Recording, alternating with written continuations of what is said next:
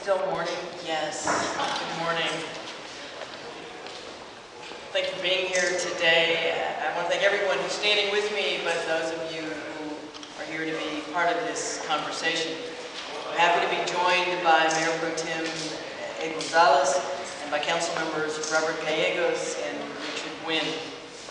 Also joining me are members of the Houston Immigration Legal Services Collaborative, and they include Elizabeth Tran, Book People SOS, Carolina Ramirez, United We Dream Houston, Wafa Abdin, Catholic Charities, Alexander Triantafidis, Neighborhood Centers Inc., Brian Schaefer, Immigration Legal Services, YMCA International Services, Claudia Ortega Hogue, Naleo Educational Fund, Ann Chandler, Tahiti Justice Center,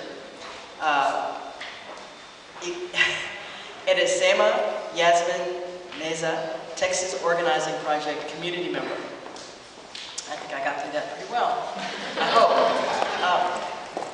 In November, President Obama issued an executive order allowing an estimated 5 million eligible unauthorized immigrants living in the United States to register for a temporary status for 3 years while this country sorts through its immigration issues. He gave a temporary pause to allow the sorting out of what we all acknowledge is a tremendous issue facing this country. He acted in executive order in a very similar way to previous presidents. This was an important step for Houston because we have a very high concentration and fast-growing population of immigrants and refugees. In Houston, more than 200,000 adults and children are impacted by this new policy. The President's policy would allow eligible, law-abiding, otherwise law-abiding immigrants to come out of the shadows as legally documented participants and contributors to our economy and society. Soon after the President issued his executive action in December, I met with a collaborative of private, public, and nonprofit organizations to determine how prepared Houston was to respond. And the most important role that any local community can fill in this is to make sure that our residents, people who are most impacted by this order, receive the appropriate, accurate information from trusted sources. After this very productive meeting, I authorized my Office of International Communities from the Department of Neighborhoods to work with the collaborative to make sure that what the city was doing aligned with the use of nonprofit organizations.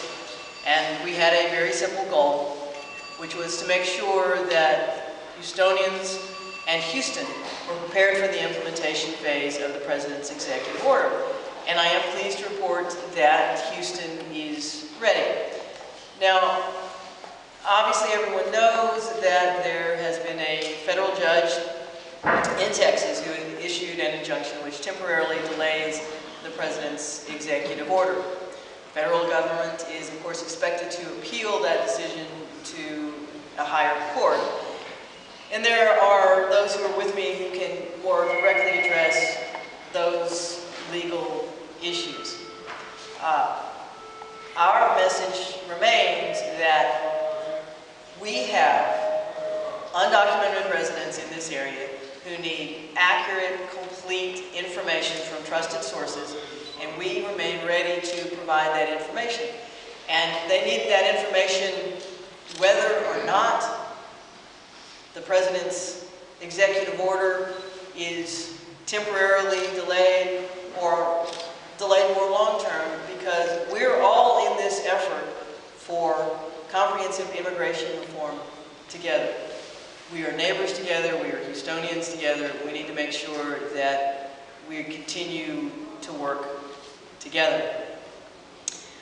As a result of our partnership with the Houston Immigration Legal Services Collaborative, we have created a website called www.citizenshipcorner.org. I will repeat, citizenshipcorner.org.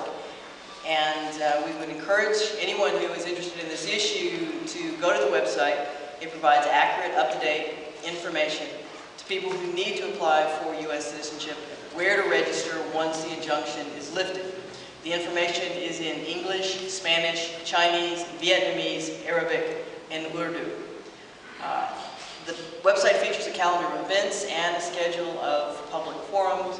It also provides a list of organizations in Houston that are able to help people who are eligible to apply. Houston as a network is one of the best legal services providers in the country who specialize in immigration assistance and related legal services. That's an interesting background sound. I like that. And here's where I'm going to pause, and I want to emphasize something. There are lots of people out there who want to take advantage of vulnerable populations. There are criminals out there who want to take advantage of vulnerable populations.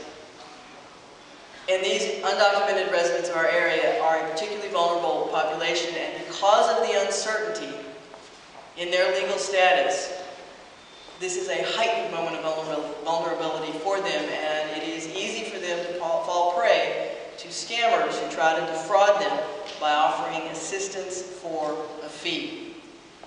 And one of the things that we want to emphasize here is that whatever is happening through the judicial process, whatever is happening in Congress, and we pray that something will eventually happen in Congress, they need to be working with nonprofit organizations, volunteers who have clear and accurate information, who are not out to charge them, and this information is available for free.